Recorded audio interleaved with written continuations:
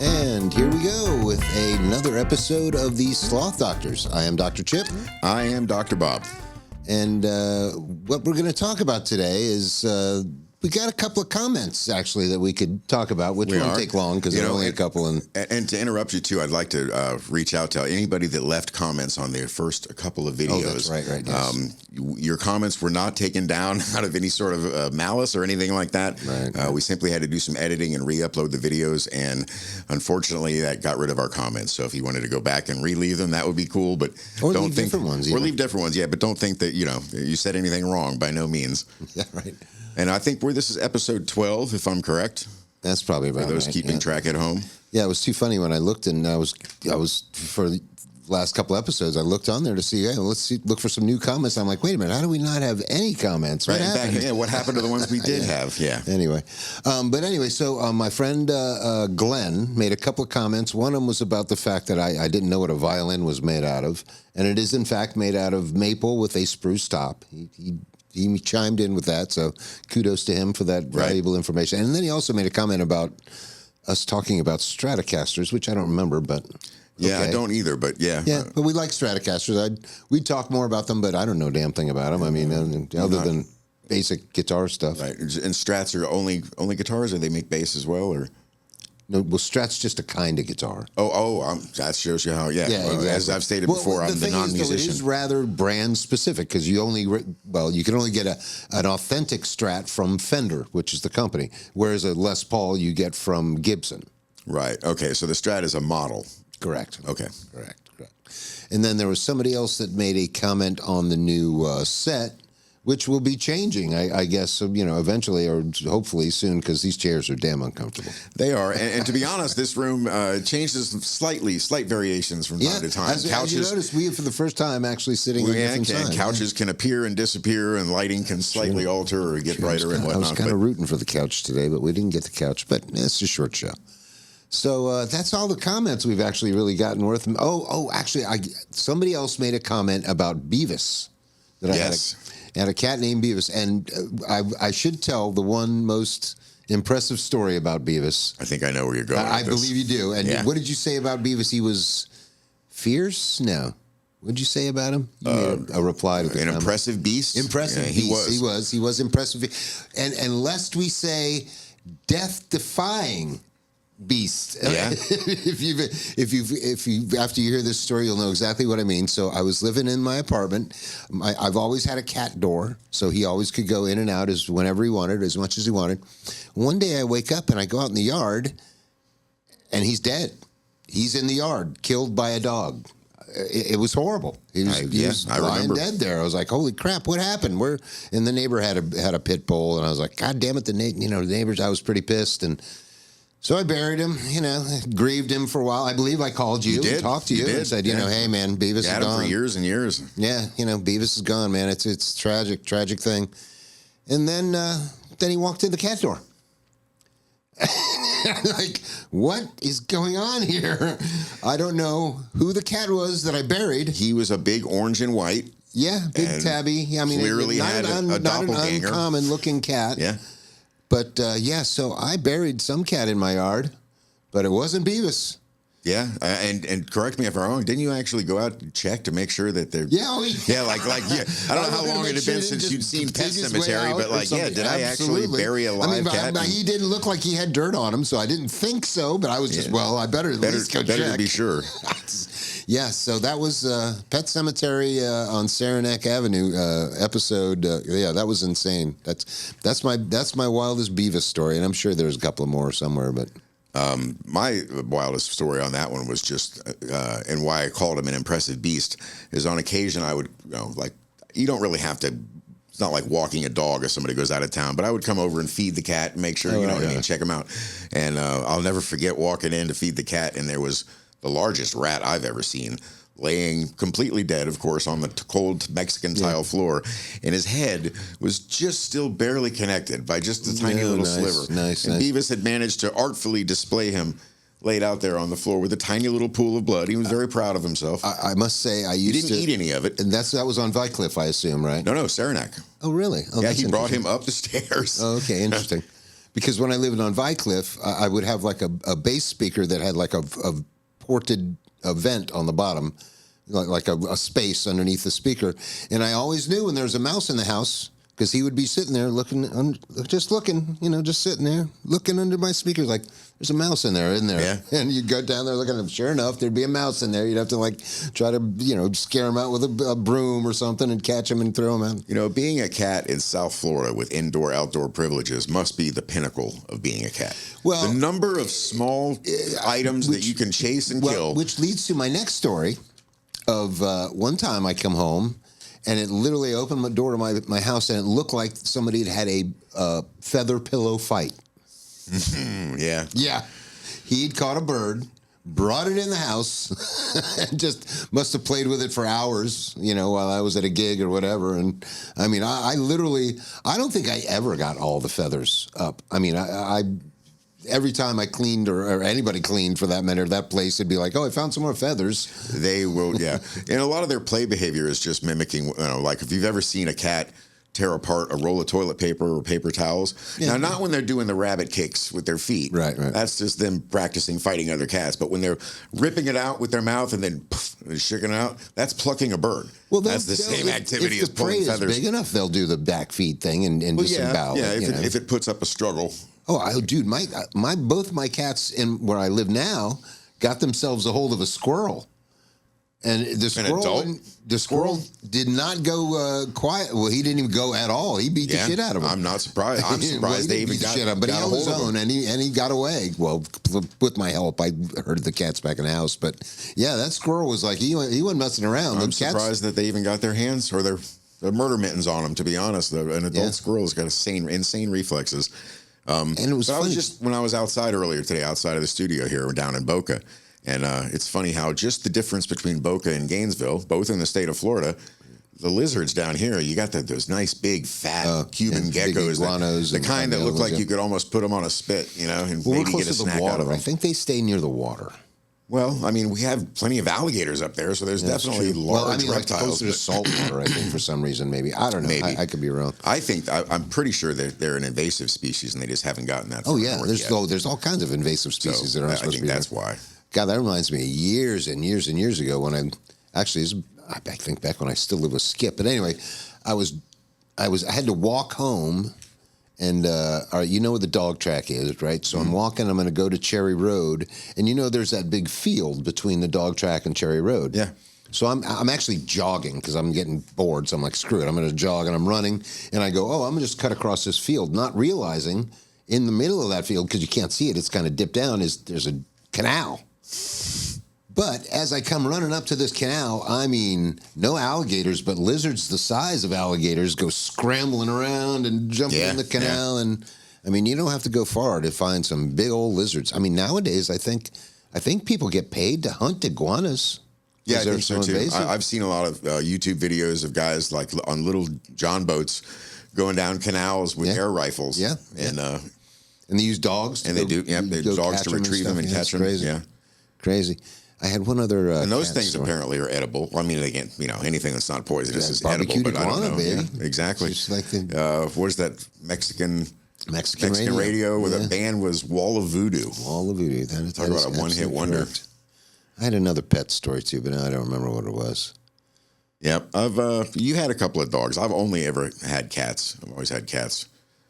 Well, I mean, truthfully, my mom had more dogs. I had the one dog for a long time, but my mom's had a ton of dogs. And we had a bunch of dogs when I was growing up because we always had a dog. Right. You just I'm thinking of that property out when she had the peacocks and everything. Yeah. Those were her dogs. And also that makes me talk about hidden secret canals.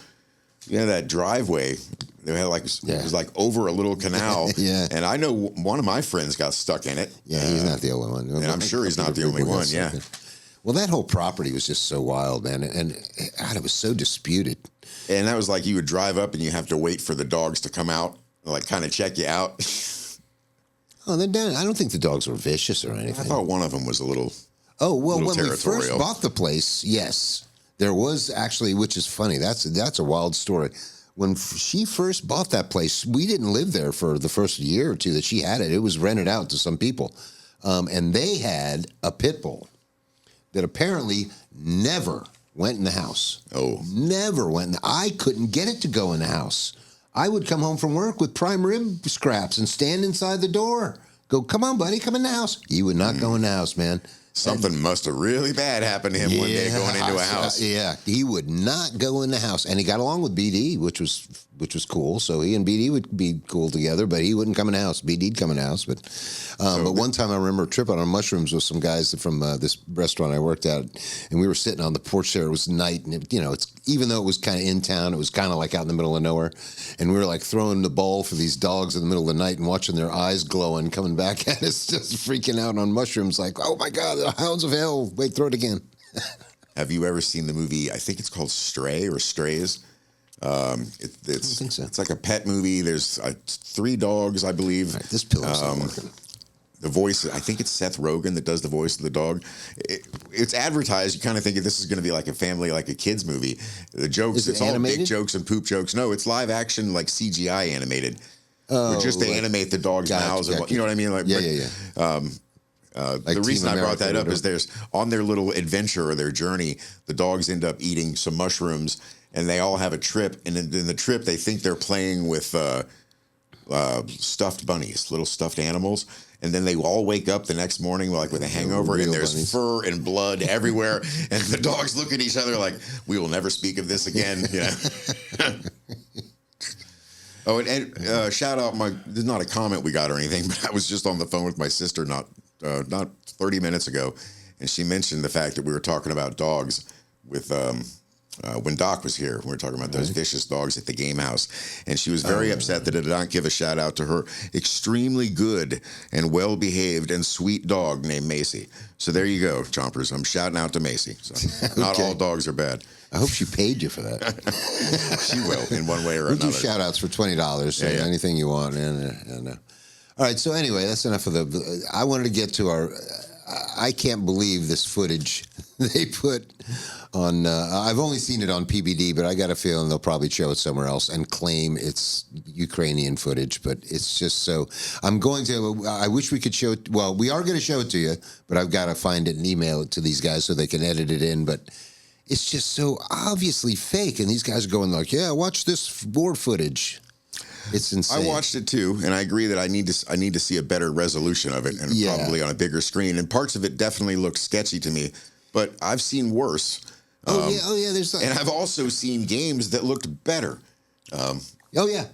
Well, the thing is, this same game or site or whatever, they post stuff on Facebook all the time and pass it off as real stuff. And people buy it all the time, like Ukrainian this shooting down a Russian that, and then they show video game footage, and people buy it like, oh yeah, this just happened. And people buy it now. So just think, I think we're rapidly approaching a point, I would say within the next 2 years, where video footage is not going to be proof of anything. Yeah, but this is so. And they say that that they'll always be able to tell if a video has been altered or if it's been generated by AI image, but until they can't. Well, I'm gonna urge anybody that when I find the video and send it, if they're showing the video right now, watch the fact that of all the fires you see on the screen, there's no smoke. There's no smoke coming up off of any of the flames. Right. There is some animated smoke when the explosion happens. But trust me, after that, the smoke doesn't just dissipate. It rises in like a mushroom cloud, and then there's a trail of smoke that also, while the thing is burning, there's smoke. The point you made that I think stuck most in my mind, certainly had to stick in my mind because I'm not looking at it right now, but it was that the almost near identical nature of all of the little fires. Yes. The little fires almost look like somebody just copy-pasted the different fires and put them all over the map. And you should explain, you saw the clip of PBD showing the clip and where it's like on a screen and they're shooting the screen. Yes. So it's literally like I've told him when I find what the we're actual talking clip, about is a clip of the so-called Russian Pearl Harbor incident. Correct. So I don't think we actually when I find stated the that. clip and you can actually look on a screen where you're like not looking at it on a screen, you'll be like, oh yeah, this is fake. It's so obvious. It's literally as obvious as the MS13 thing on Right. Trump saying that no it's tattooed right on his hand right there, and it's clearly photoshopped. It's just so amazingly crazy, and that should board us right into what we started talking about last episode, which is Putin flying around with, with drones trying to kill him, and still nobody's saying anything about it. It is remarkable how the news cycle chooses what it wants to pick up and carry and run with, and what it just chooses what it wants to completely they're getting ignore. Directions since Trump said he didn't know anything about it. I mean, clearly they're not also, we haven't heard about it either. They're clearly getting directives from the top down that, don't publicize that unless you absolutely have to. It's like, Trump's going, I don't know what's wrong with Putin. He's going crazy. Well, you just tried to kill him. Or somebody did, clearly right, but, under our direction at the very least. But on another note, that whole he's gone crazy, as if to imply that he has been nothing but reasonable up until now. And I think that... I don't think that's exactly the case. Pretty reasonable comparatively, to. I mean, but the I don't whole know. open mindset of the West is just not the same as it is over there, and it's everything that's numbers or any information that comes out of there should always be taken with a huge grain of salt. And the other thing is, it's funny that you should mention and that they use the comparison, Russia's Pearl Harbor. They didn't do that much damage in Pearl Harbor. We didn't do that much damage. They're trying to make it, sound like we diminished their nuclear capabilities, and we took out a bunch of planes. What was it, like 40 planes, right? They have other planes. I mean, isn't that what it was? They're 40. They can also build those planes again in like 3 to 6 months, and they'll be back. Like, okay, big deal. It's not like we didn't take out any of their nukes. Right. We didn't. There was minimal, if anything, casualties. I mean, it was literally, really a very much like Pearl Harbor. A very symbolic attack. It really didn't do all that much, truthfully. The similarities of the situation that we're in right now on a global scene are so similar to the right before World War I. And I can honestly, I can see a repeat, a wash, rinse, and repeat of those series of events. Well, I think we're actually past the World War I analogies and are between the World War I getting into World War II now. World War I, you could say, was the whole Iran, Iraq, all that kind of stuff. Well, the way I'm looking at it is World War I is going to be actively against Russia. So, in other words, in World War I, even though we were claiming neutrality, Wilson was, we were definitely supporting England and France, and Wall Street was loaning tremendous amounts of money to England and France. Both sides, and so clearly, but more so to England and France, and so we needed to assure their victory in order to get paid back. After World War I, the amount of punitive damages and humiliation that was heaped upon Germany, even though they were told that they came to the peace table that an amicable agreement would be reached. Right, and most of that was being pushed for hard from France because they were very pissed off about all of what they had lost in the Franco-Prussian War, which is the previous one. Right. Anyway, the point being that the sanctions that were put on Germany were so harsh that that's what enabled the rise of Hitler and the rise of the Nazi Party. And I could see something like that similar happening in Russia. If indeed, if we go from I don't think anybody's coming after. I think Putin's. I mean, I don't. You could make the argument that that's how Putin got there, but that was a while ago. But I don't think anybody's going to take Putin's place unless somebody takes him out or something. Well, what is he? 74, 76? Is he that old? He is. Yeah, he's definitely over 70. Oh, I think you're right, maybe. Yeah, I mean, he's not as old as our politicians. He looks pretty damn good, and especially since he supposedly has cancer. Everybody's saying he's dying of cancer. He looks pretty good to me. I don't know. I just think that if we go from instead of just supplying money and weapons and whatnot to Ukraine and actually entered into an actual war with Russia and beat them, I just worry that the next iteration of Russia is basically going to be the same as the rise. If we beat them, you're saying? Yes. Oh, well, I don't think that's going to happen. They were beaten and then had sanctions imposed upon them to punish them, just like was done to Germany. Well, and here's the 30 thing. years later. They say we won the Cold War, but we never really... I mean, we won the Cold War for sure, but we've never beaten Russia at anything. I mean, we beat them economically, but they still got a shit ton of people, a shit ton of resources. Well, we've never had a direct war with them, have we? Absolutely. That's what I'm saying. I mean, everything's always, and I mean, we really even had, other than Afghanistan, was the first Afghanistan was really the first proxy war with Russia. We've never really had a war with Russia. No. You know, our war's always been within, Germany or whatever.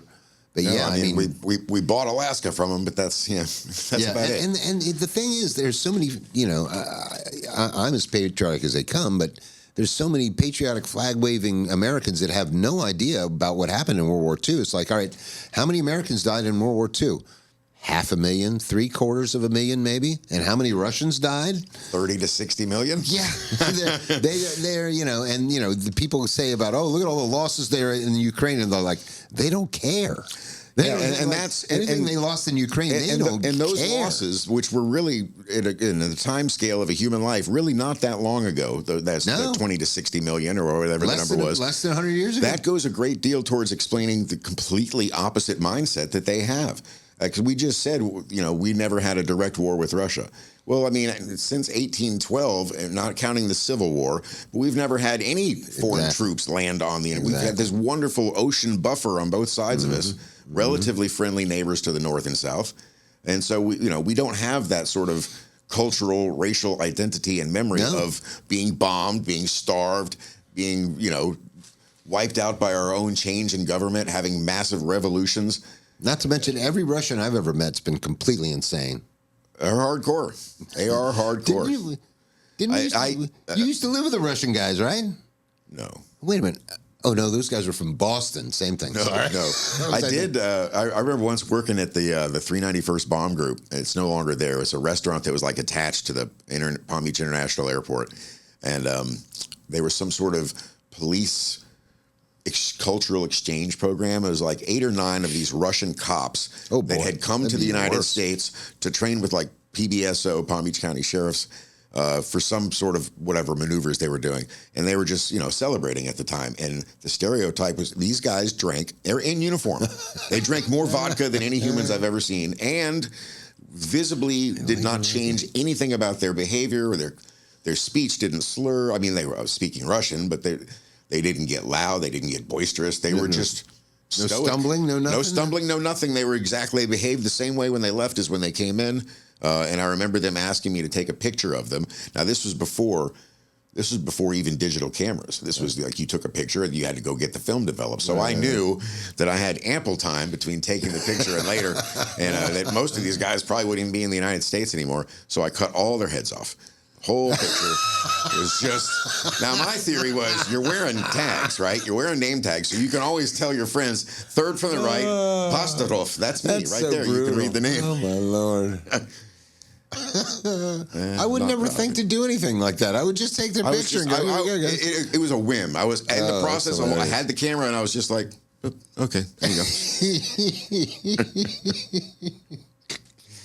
That would make my grandfather and my dudes, great grandfather roll over in their graves. They were both photographers. If I cut everybody's heads off in a picture, but weren't they vets too? So maybe they'd be okay with it.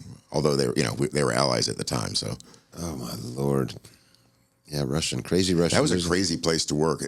The only music they played on loop was all like 1930s and 1940s swing music, like the Glenn Miller Band, tie a yellow ribbon around the old oak tree. It was rough. And on loop, on repeat, and you could almost tell what time it was by what song. It was horrific, just horrible. And that was the place with the bees for the Sunday brunch. Yeah, that was a rough place to work. Did I tell the story how I got fired from there? No. Oh, well, you know the story, right? No. Oh, I was sick of working in that place. It really sucked. And I had this table come in of like, I want to say like 10 or 15 people or something like that. And of course, they insisted on separate checks. So I'm like, okay, whatever. Like 8 or 10 different, frickin' separate checks. And they do the thing where everybody gave cash to one guy, and the one guy puts it all on his credit card. Right. Well, the guy tips me, like... Based on his credit card portion? Yeah. Or based on his cash portion?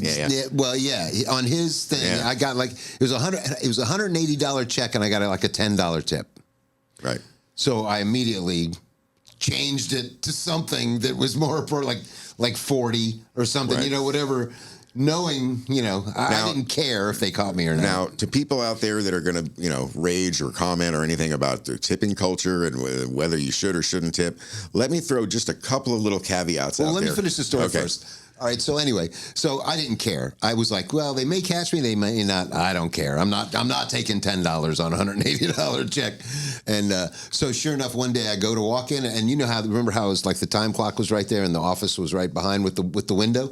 I walk in, and right as I'm about to clock in, I hear a little on the window. I'm like, you remember what's his name? Was it Sylvester? Yes. Oh, yeah. What an He asshole. fired me, too. I was so Twice. happy. I was so happy it was him. And he calls me in there, and he's got it there, and he's like, you know what I don't understand is why you would do this to somebody that gave you such a good tip in the first place. Because if you look just at the credit thing, it was like a $30 check with a $10 tip. Right. Without knowing it was a fucking $180 check. And so he's like, I don't know why you do something like this to these guys. Well, anyway, I'm going to have to let you. And I'm like, great. Thanks. See you later. Like when I ran out of their stuff, I was like, God, this place sucks. But anyway, all right. So go ahead. Well, the point I was going to make is that let's say, like you said, it was a $180 check and you got $10 on it. Taxation aside, whether they're going to really did they change the $25,000 no taxation on the first 25 grand of tips or anything, that didn't exist back then. So basically, your sales, you get taxed as if you were tipped, whether you get tipped or not. Yeah. Right? Credit card tips, of course, are going to show up automatically. But even if you just receive nothing but cash tips all day, they're still just going to take your sales. And I think at the time it was 8 or 9%. Yeah, it was 8%. And then just said, look, we know you made at least 8%. We're taxing you on that. Well, but another thing is that there's support staff in a restaurant.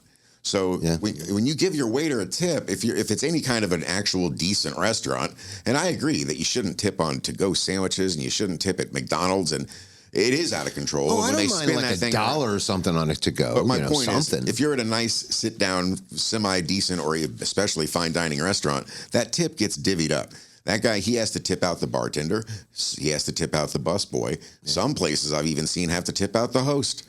Oh, yeah. It's not as common as the other two. And if you're smart, you tip the chef and you tip the bartender. So you can actually find yourself in a situation, for example, if you had a really big table and they literally left you nothing, you didn't just make nothing, you paid money for the privilege of waiting on them. And I'm sorry, that's just not right.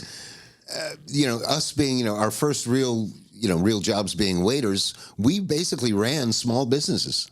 Yeah. We were independent contractors running our own business. Whether you realize it or not, when you're a waiter, at the level we did it, when, they're like, all right, you started and you collect all the money and you got to give them all the money at the end of the day. That's the way I always looked at it, is that I was renting or reserving a space in their restaurant in which to operate. Now, that being said, with this whole tips on tax thing, how much tax did you ever pay on tips? Well, it's hard to say because I've never paid any money on tips. Well, I'm not. They would withhold some money. Right. You always got it all back. Yeah, that's true. And I mean, remember the Star Club? Like anybody in the business will star or asterisk. And this means that when you've earned so much money that your taxes eat up your whole check. And you don't get a check. Oh, yeah. And that's like many of those. If you're actually doing any kind of good sales and making money, then you don't ever get a paycheck. It'd be like 50 cents. Like, why even bother? Just asterisks. That's why the Star Club. And then we would just pin it up on the bulletin board to show that we made it so far, and that we're not even getting paid hourly anymore, essentially. But you always ended up getting that money back. Yeah. It's not like I ever paid taxes as a tipped employee, ever. Which is kind of one of the same reason why I just kind of quit filing after a while. Like, why bother? Like, go ahead, go back and audit me and tell me how much you owe me. I don't know. I don't know what to tell you. I don't know. Well, I mean, you have to file if they've withheld money, you've got to file to get it back. But unless you just want to let them keep it. And we must remind people we have a Venmo, that if they want to send us some tips, feel free to. Venmo. Feel free to tip us. The Sloth Doctors. We're not opposed to having any stream of revenue at all for this, since we haven't made a penny off of it so far. No. Speaking of which, I know I've seen an ad on Rumble. I don't know if I don't think I've ever seen an ad for us on YouTube yet. I don't believe so, no. But Rumble, I've seen they've run an ad, and you say we get money for that, right? only after a certain number of views and downloads, which Okay. we've nowhere near approached yet. But So that's one of the things I was wondering about is, and honestly, to be quite honest with you, I don't know. I know that's how it works with YouTube. Well, I don't my know if it question works is, the same way with Rumble. who's the poor bastard stuck advertising on our our show with the few amount of like? Right. What would you do if you were paying Rumble to run ads for it and you were like, yeah, let me watch this podcast. It's only got a couple hundred views. Hey, wait a minute, that's my ad. What's it doing? What's it doing on this? I'm pretty sure that at least 1,000, I believe, is the beginning point of most of the ad revenues is 1,000 downloads or 1,000. Well, that's views. another thing with having to redo those ones on YouTube. We get back down to zero not only views did we on lose those yeah. original comments, but the views too. Speaking of which, anybody if it sees this Now, and when was on any of those, please post them again and have people watch Now, them. if I again. go into studio, I think I can still see that what the previous view count was, but it doesn't show up, to anybody else that would be looking. It probably at the doesn't video. count for monetization either. Probably. I don't think so. No. Exactly. The most important thing for the monetization, you guys, is to subscribe. We really need you to hit that subscribe button. That really helps a big deal. And, of course, comments and engagement. And we are going to have a new way for you guys to engage with us. Our goal has always been to have a live call-in Right. thing going on. Good So point. this will be the first chance for us to give you guys our phone number, which is 904-549-9024. And, of course, we'll put that up in the link in the description as well.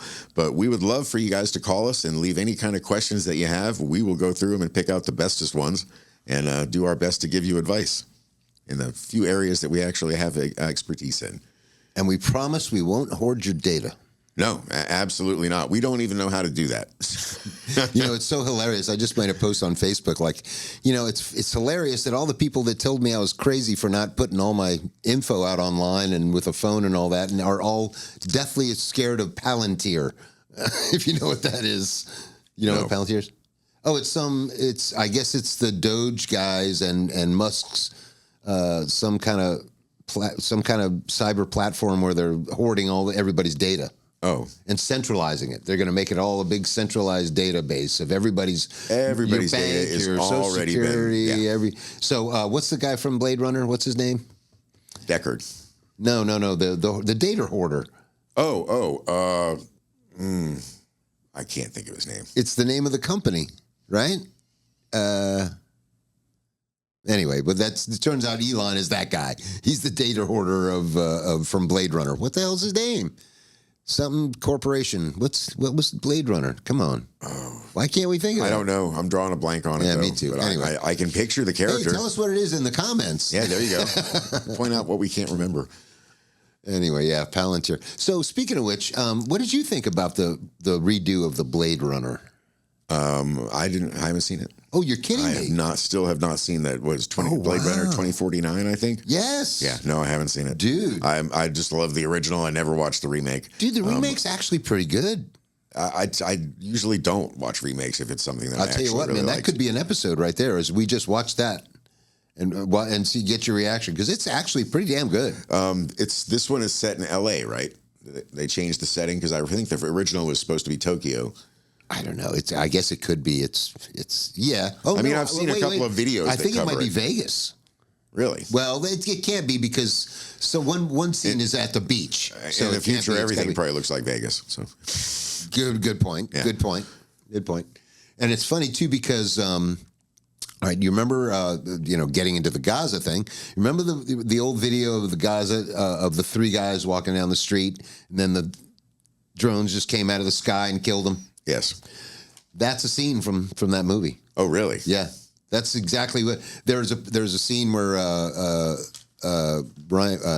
Ryan Gosling's character gets surrounded by all these enemies, and then the next thing you know, stuff just starts blowing up around him, and they show that this chick is just going boop, boop, boop, boop, boop, and stuff's just raining out of the sky, and anywhere they want, just killing everybody around. And is it just it's a remake or is it like a continuation of the story? No, it's definitely a Dude, Harrison Ford's in it. Okay. He's in it as his character. Yeah, it's definitely a continuation. No, It's because really I was pretty going to ask if it was a remake who they got to play the Rutger Hauer character. Well, he's dead. I know. That's what. Well, yeah, If it's a Well, continuation, that's fine. there is a character like him at the beginning of the movie, actually, and it's the guy from Guardian of the Galaxies, the big wrestler dude. Oh, but Dave Bautista? Yes. He's in the beginning, and he's basically like he's that model. Right. He's basically that. Have you seen him recently? He's really like he's slimmed down, dropped a lot of weight. Yes, because he said it was he was getting typecast. Well, yeah, I could see that. I mean, certainly. Now he can play a gay man. Right, or intellectual. It's funny how that typecasting, like, it's so hard for humans to accept that somebody could be both physically impressive and smart. You know what I mean? When there are examples. Well, there's the Beast from the Avengers. That's true. But I mean, like in real life also. Yeah, I know. But like Dolph Lundgren's a pretty good example of that. Yeah. He was like what's that like movie? a genius. That guy. What was that cool movie he did where he was the blind samurai? That was Rutger Hauer. Oh, and that was Blind Fury. Who did you say then? Who was the other guy? Dolph Lundgren. Oh, right. Ivan That's right. I'm Drago sorry. from I was thinking Rocky. yeah, you're right. I will break you. That guy. Right. Yeah, he's like a nuclear physicist or something. Like, he's a genius. Right. And he's actually Russian too, right? I think so. Yeah. Yeah. So he's actually a real Russian nuclear spy. Basically, yeah, and a massive human being to boot. Yeah. Well, yeah. He is still actually pretty impressive. I mean, he's thinner, but still, but I mean, in his prime, he was a beast. Yeah. So what else do we? And all those, and it also too, it's funny how in every they always make the boxers to be like they look like bodybuilders, when boxers don't look like that. That's not the ideal frame to be a fighter. Some of them do. Some of them do, but don't. most of the good ones have a little more meat on them, and or a little faster. They're not so muscle bound and wound up tight. Funny you should bring that up, because I was just thinking about this like yesterday. And on a previous episode, you've claimed that you're not homophobic, right? No, I wouldn't say I'm homophobic, but let's put you in a situation. Say you're walking down a dark alley, and a guy that looks like Mike Tyson looks at you and says, "Gee, boy, you got a purty mouth." You at that point are homophobic. At that point, yeah. So homophobic is really on a sliding scale. Everything's on a sliding scale. So, speaking of absolutes, and there's no not being a homophobe, any absolute of that. If there's certain points, it's like, oh, yeah. That would be my personal response. There are people that would probably smile at that thought and be like, yeah, okay, this alley is a good spot. Let's go for it. Yeah, that's good. Yeah, good point. They would be less homophobic than me. That's a good point. Decidedly so. So, have you heard anything about the autistic telepathy? Yes. And I think we even touched on this on a previous episode. Were you talking about the touch assisted communication? Yeah, they're supposedly there was a chick on Joe Rogan that was saying. Yes. So we did talk about that already. We did. Not in extensive detail, but go ahead. Well, did we talk about the fact that the continuation of the conspiracy theory is that they're breeding these autistic telepaths because they are the ones controlling the UAPs.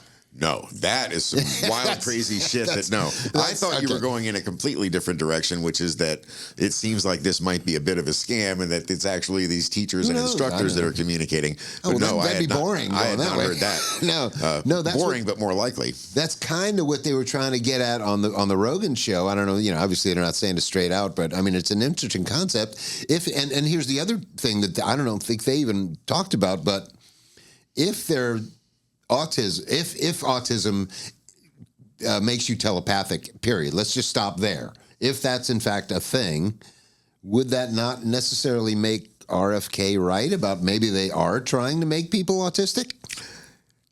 If that's a lot of ifs. No. Well, that's how conspiracy theories work. Yeah, but all right.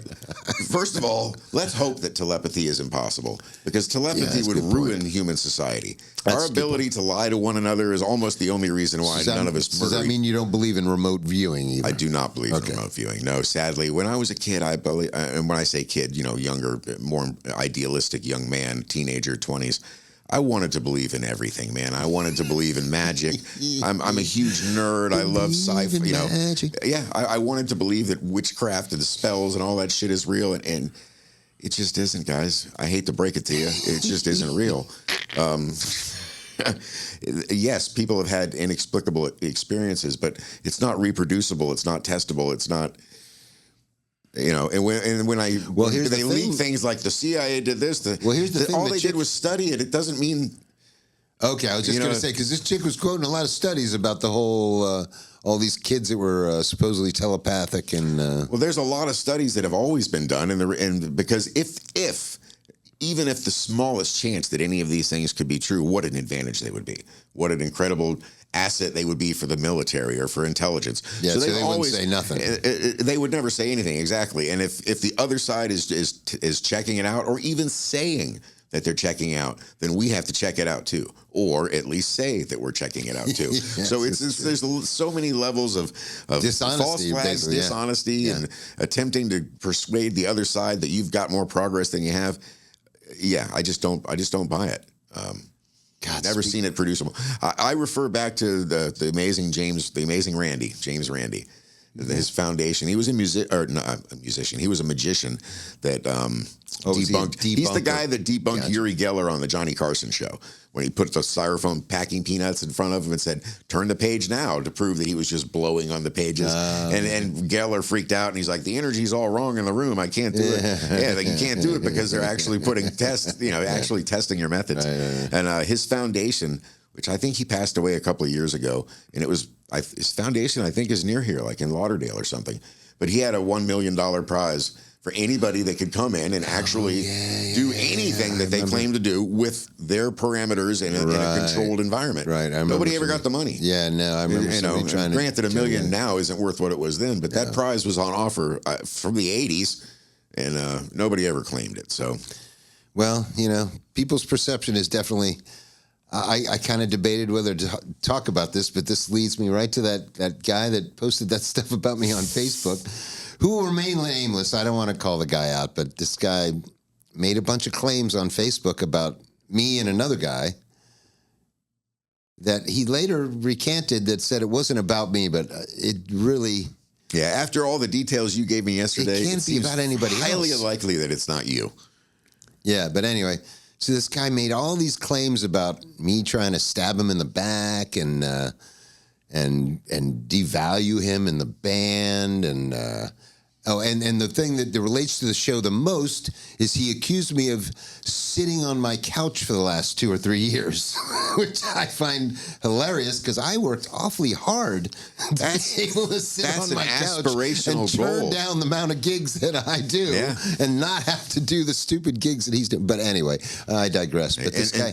And it wasn't based on a comment you'd made about essentially the hierarchy of a band? Well, I think... one of the comments he made. That's about as close as I could get to anything that resembled reality. And also in that hierarchy, you denigrated yourself as literally the lowest member. And again, he says this wasn't about me, but that's just tough. It's tough to accept because I don't know who else it could have been about. But anyway, I think I got to take a victory lap because basically all I did was force him to lie more by being kind. By saying like, what are you talking about, dude? I have no idea what you're talking about. This is crazy. I thought we were cool. I love you, man. What's going on? And then he finally had to come back and go, oh, no, I wasn't talking about you. I was talking about one of the other 6 bass players, which, there weren't 6 other bass players. They were at most 4, and 3 of them are not the guy you're talking about. It's just from the information I got from it, it was just a weird combination of intensity combined with a desire to not have confrontation. Like, well, you can't have both of those things. If you want to be that intense about it, then let's talk about it. Exactly. That's and if one you of don't the want to comments talk I made. About was it, like, you shouldn't have said anything in the first fucking place. Yeah, and I was like, what are you talking? I'm like, listen, when I left the band amicably, and you were telling me how great I was, why didn't you say something? If you felt this way or whatever. It's just so weird, and it's just so how much people's perception of like what happened. Like, what happened at this event? Like eyewitness accounts. Like, what did you see happen? And you talk to 3 people and get 3 different stories. Yeah. It's just like, Jesus Christ, how did you perceive that? Eyewitness testimony is one of the worst pieces of evidence for a crime, usually. Yeah. And yet it's almost impossible to convince somebody not to believe their lying eyes. And even though there's absolutely times where, yeah, your eyes were lying because that ain't what happened. Right. Well, I mean, the amount of information we can pull in with the five senses. Yeah. You know what I mean? Of essentially all modern technological breakthroughs and scientific discoveries, all require the use of instruments that we've built to get around the limitations of our five senses, so that we can study things in different wavelengths of light and different different particles, and all of that is none of it you can see, taste, smell, touch, or feel. Yeah. Or hear, rather. Did that a little too fast. It's too funny. I actually sent the guy's rant to both the other guys in the band that I was in. I was like, who is he talking about? And neither one of them are like, we have no idea what any of this was about. It's just like, I don't know, like this guy just raged against nothing and made up all this stuff to get mad about. And it's like, why? What's eating you up inside so bad that makes you just have to hate people? Yeah. I don't get it. I don't know. When I just tried to rattle off all those words, the five senses, and didn't get them right, it made me, just the cadence of that made me think of a story that I meant to tell yesterday, and even though it had nothing to do with the subject. But I want to get it out now before I forget. Yeah, subject's about over. All right, so recently, this is an airline flight story. This is a plane story. Recently went to Ohio and flew back. Now, while I was there in Ohio, they have recreational marijuana, so you find all kinds of goodies, like being in Colorado or California. So I got this Boston. I got this tincture, this stuff called Nug Blood, and it's like a little bottle, like the size of a 5-hour energy drink, I would guess. And within that bottle is 1,000 milligrams, 1,000 milligrams of THC, quite a bit, right? So right before I get to the airport, I take just a capful, which I don't know how much it ended up being, somewhere between 150 and 200. I don't know. And usually edibles take an hour or so to hit, so I figured I'll be on the plane, everything will be fine. Well, I don't know if that's considered an edible. Good point. I would say that it's not considered an edible because it was far more fast-acting. I would say maybe 20 minutes. So I get through the TSA line and everything's fine.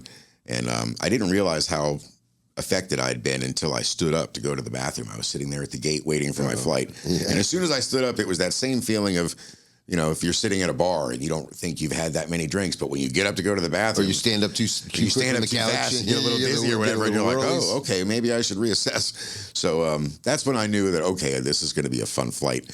So I get on the plane. And I'm on the plane, and I remember they used to do, it's been a long time since I'd flown before this, not like before 9/11, but still a while.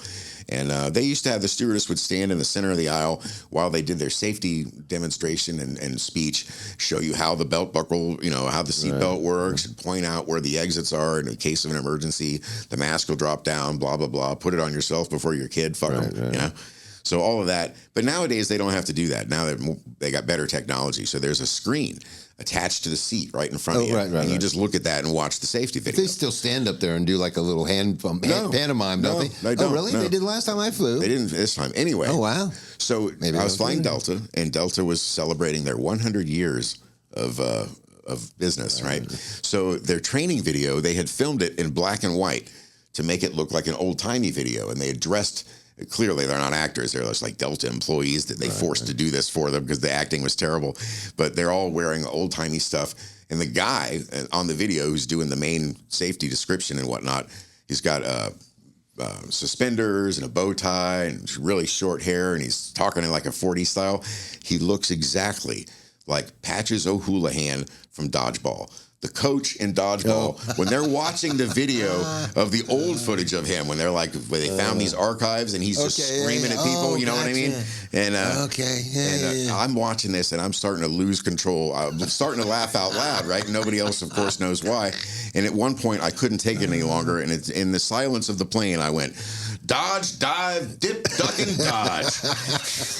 Thinking somebody on this flight will hear that and yell out, you said dodge twice, so I could respond. No one said anything. All I got was a bunch of stares. I even like that movie, and I wouldn't have caught that reference enough to know what the correct response. Yeah, it was a great flight, though. I fell asleep shortly thereafter. It's not quite Rocky Horror Picture Show, but no, but in the moment, it was worth it. That would have been great, yeah, if somebody would have got the good response, yeah. That'd have been a good one. All right. Well, what do you think? You want to wrap up this one and then? Yeah, we'll come Get on back to the next for episode. another one there. And I wanted to give out that number one more time since do we're the at the end number. here. 904-549-9024. Please call us and leave us a message. And if we like it, we'll put you on air. And even if we don't like it, we'll probably put it on the air too. It's like, I would say the first 5 of you guys are almost guaranteed. Yeah, absolutely, absolutely. And don't forget to subscribe. That's the most like and subscribe, share, like, do all that stuff. And we'll see you in the next one. Yes, we will. Thanks.